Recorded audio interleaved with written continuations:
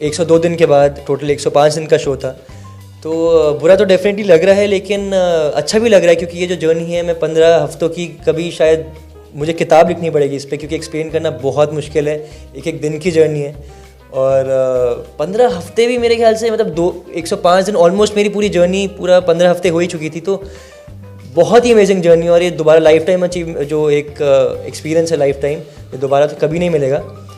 और बहुत खुश हूँ मैं, और आज जस्ट होप कि बाकी फैंस ने मुझे ऐसे ही प्यार दिया, और थैंक यू सो मच सब फैंस के लिए भी, क्योंकि उन्होंने मुझे सपोर्ट किया और यहाँ तक लाया टॉप 5 में, जो कि बहुत बड़ी बात है मेरे लिए। बिग बॉस में जो भी जाता है और अगर 105 दिन सर्वाइव करता है या 100 दिन सर्वाइव करता है, तो जर्नी तो उसकी अप्स एंड डाउन्स रहती ही है। तो तभी वो बेसिकली 100 दिन पार कर पाता है, अगर उसकी जर्नी में अप्स एंड डाउन्स है तो, क्योंकि 100 दिन वहाँ निकालना बहुत मुश्किल है। अगर आप बहुत खुश भी हो तो अगले दिन आप उदास हो तो उसके अगले दिन आप रोगे, क्योंकि वो टास्क वैसे बन जाते हैं, स्पिरिट वैसी बन जाती है। आपके जो दोस्त है आपसे सबसे क्लोज, उनके साथ आपको उनके अगेंस्ट खड़ा रहना पड़ता है। तो ये सब चीज़ें होती हैं, अप्स एंड डाउन्स भी आते हैं। बहुत सारे अप्स एंड डाउन्स थे मेरे में, लेकिन अब मैं कॉन्फिडेंटली बोल सकता हूँ, और मतलब मैं बहुत खुश हूँ इससे। ये फाइनल रिजल्ट ये निकला है 102 दिन की जर्नी के बाद, कि मैं बहुत ही पेशेंट हो गया, मुझे ऐसा लगता है। वो वाला पेशेंट नहीं, लेकिन वो जो पेशेंस होती है ना, वो मुझे बहुत आ गई है। पेशेंट भी बन गया हूँ, काफ़ी चोटें आई हैं टास्क वगैरह करके, लेकिन मैं खुश हूँ। और मुझे लगता है कि जैसे जब मैं गया था तो एक पैम्पर्ड बॉय की तरह गया था, जिसने कभी घर में सफाई नहीं की थी, खाना नहीं बनाया था, कुछ चीज़ों का पता भी नहीं था कि घर कैसे चलता है। लेकिन अब मैं सब सीख चुका हूँ, और मैं मतलब अपने घर पे भी अब मुझे किसी चीज़ की ज़रूरत नहीं, मैं अकेले सर्वाइव कर सकता हूँ, कहीं पर भी कुकिंग भी कर सकता हूँ, सब कुछ कर सकता हूँ। और आई थिंक मैं बाहर एक मैच्योर इंसान की तरह निकला हूँ। मैं बस यही कहना चाहता हूँ कि जो बिग बॉस है वो स्क्रिप्टेड नहीं है, लेकिन एडिटेड है। तो मुझे ऐसा नहीं लगता, क्योंकि जैसे आप कह रहे हैं सेक्रेटरी हैं ये सब, तो मुझे ऐसा नहीं लगता। अगर वो मेरे लिए कॉफ़ी बनाती थी तो मैं भी बनाता था, वो मेरे लिए खाना बनाती थी, उसने मेरे लिए 100 दिन खाना बनाया, तो और बदले में अगर मैंने उसके कुछ काम कर भी दिए छोटे मोटे, जैसे कि उसके लिए कॉफ़ी बना दी या उसका ख्याल रखा, तो मेरे ख्याल से तो पार्ट ऑफ फ्रेंडशिप है। और मैंने मेरे ख्याल से दोस्ती की है तो निभानी तो पड़ेगी, वही वाली बात है। तो निभाई मैंने दोस्ती, उसने भी निभाई, और एंड तक आपने देखा होगा कि जो लास्ट टास्क था, हम दोनों एक दूसरे के लिए बाहर आना चाहते थे, और जो फर्स्ट सेकंड की रैंकिंग थी, हम दोनों एक दूसरे को फर्स्ट लाना चाहते थे और खुद सेकंड आना चाहते थे। उस चक्कर में काले रक्त हो गया, लेकिन मेरे ख्याल से एक अच्छी मिसाल बाहर गई होगी। मुझे ऐसा लगता है कि लोपा मुझे नहीं समझती थी, एंड डेफिनेटली लोपा को ऐसे लगता होगा कि मैं उसे नहीं समझ पा रहा हूँ। लेकिन हाँ, दोनों को ऐसा लगता था कि हम एक दूसरे को नहीं समझ पा रहे हैं, लेकिन यही तो जो प्योर फ्रेंडशिप थी मेरे ख्याल से। और अगर हम नहीं भी समझ पाते थे तो एक्सप्लेन करते थे, अपने पॉइंट्स रखते, तो फिर 10 या 15 मिनट में वो सॉर्ट आउट हो जाती थी लड़ाई। ज़्यादा से ज़्यादा आधा दिन रही होगी पूरे सीज़न में लड़ाई हमारी, जो मैक्सिमम जो ज़्यादा से ज़्यादा टाइम के लिए रही होगी। तो यही एक फ्रेंडशिप की मतलब मेरे ख्याल से एक नई डेफिनेशन है। हम सबको ऐसे ही एक दूसरे को समझना चाहिए, और हम लोग सब सलमान सर से बहुत इंस्पायर्ड है, उनके डायलॉग से भी, कि दोस्ती की निभानी तो पड़ेगी, तो हमने वही की, निभाई एंड तक।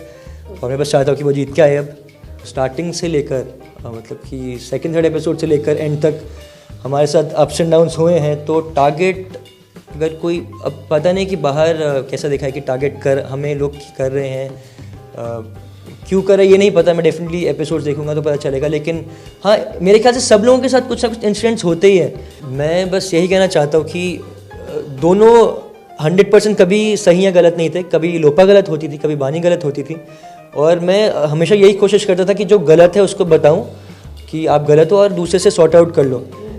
लेकिन जब भी मैं जब लोपा गलत भी होती थी और मैं बानी को कहता था कि बानी लोपा गलत है, मैं समझ रहा हूँ, मैं उसको समझा भी रहा हूँ, लेकिन बानी वो भी नहीं समझती थी। उसको लगता था कि मैं लोपा का दोस्त हूँ तो कभी उसकी साइड लूँगा ही नहीं, जबकि मैं जो चीज़ सच्ची होती थी, अच्छी होती थी, उसकी साइड लेता था। तो वो मुझे हमेशा से मिसअंडरस्टैंड करती थी, और मुझे लगता है कि मैंने उसको पूरे शो में हमेशा सपोर्ट किया, जाके जब वो कैप्टन बनी थी पहली बारी भी वोट किया था, जब आखिरी बारी भी वो बनने वाली थी, जब मैंने ओम जी के पूरा पकड़ के उनको जेल में डाला था, तो हमेशा सपोर्ट किया। लेकिन बदले में उसने मुझे वो एक होता है ना कि जो वो चीज़ वापस मिली नहीं, वो छोटी छोटी चीज़ों पर लड़ने लगती थी हमेशा से ही। स्ट्रैटेजी क्या थी उसके शो में, स्ट्रैटेजी मुझे उसकी समझ में नहीं आई कि वो क्या कर रही थी और क्या करना चाहती थी। लेकिन पर्सनली काफ़ी मतलब मुझे कुछ समझ में नहीं आया कि वो उनकी स्ट्रैटेजी थी क्या। मुझे एक्चुअली बाद में अगर कुछ ऐसा हुआ होता कि मैं अच्छा नहीं खेल रहा था तो मैं शायद 5-6 हफ्ते में आ जाता, तो मैं 15 हफ्ते टिका हूँ। तो डेफिनेटली उन्होंने पहले मुझे काफ़ी अच्छा बूस्ट किया था, लेकिन उसके बाद फिर जब चीज़ें पता चलती हैं, चीज़ें हो रही होती हैं, तो हमें भी समझ में आने लगती है कि चीज़ें कैसे हो रही, क्यों हो रही है। तो अगर कोई ज़बरदस्ती लड़ाई करना चाह रहा है, क्योंकि उन कई लोग आए थे, वो कह रहे थे कि स्टार्टिंग में काफ़ी साफ कहा था एक दो लोगों ने, नाम नहीं लूँगा, कि वो लोग लड़ाई झगड़ा करेंगे और दिखेंगे, तो इनकी ये स्ट्रैटेजी। तो हम समझ गए थे कि ये जान के लड़ाई झगड़ा करना चाह रहे हैं, तो फिर हम इग्नोर करते थे कि ये जान के करे, इसमें मतलब क्यों पड़े।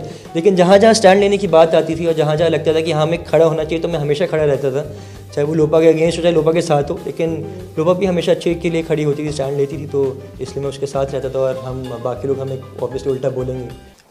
सिचुएशन तो एक्चुअली वो गेम ही यही है, बिग बॉस में सिचुएशंस एकदम से अप्स एंड डाउन्स आते हैं, तो माहौल ख़राब हो जाता था। हम कोशिश करते थे कि लड़ाई झगड़ा और ना बढ़े, एक दूसरे को लोग सॉरी बोल दे, लेकिन कभी एक सॉरी बोलने की कोशिश करता था तो दूसरा अपने एटीट्यूड में रहता था। तो वही सब चीज़ें हैं, और इतनी चीज़ें बढ़ चुकी थी कि सॉर्ट आउट अभी तक नहीं हो पाई।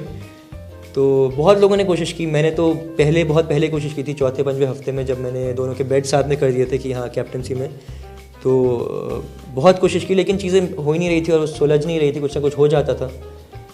तो बेसिकली ये सब चीज़ें होती थी, तो अब इसमें मतलब हम भी कितना ही क्या करें, यही होता था कि ठीक है यही चलना है तो वैसे चलते रहो, कम से कम लड़के भी क्या होने वाला, बिना लड़े भी कुछ नहीं होगा। मेरे ख्याल से मन्नू बहुत ही गंद फैला रहा है, और जैसे कि सलमान से ने पिछले वीकेंड पे बोला था कि वो एकदम कोई जनानेड़ा जैसे कर रहा है कि इधर की बातें उधर, और बहुत बार मैंने देखा कि वो मनवीर के अगेंस्ट भी बहुत चीज़ें बोल देता है। तो बेसिकली वो इधर की बातें उधर कर रहा है, लोगों के नाम बनाता रहता है, लोगों पर मजाक बनाता है, तो वो मुझे शुरू से भी अच्छा नहीं लगता। और मैंने वो टेलीफोन जो टास्क था उसमें भड़ास भी दोनों पे निकाली थी, और मुझे यही लगता है कि मन्नू दिल का शायद इतना साफ़ नहीं है, लेकिन मनवीर अच्छा कर रहा है।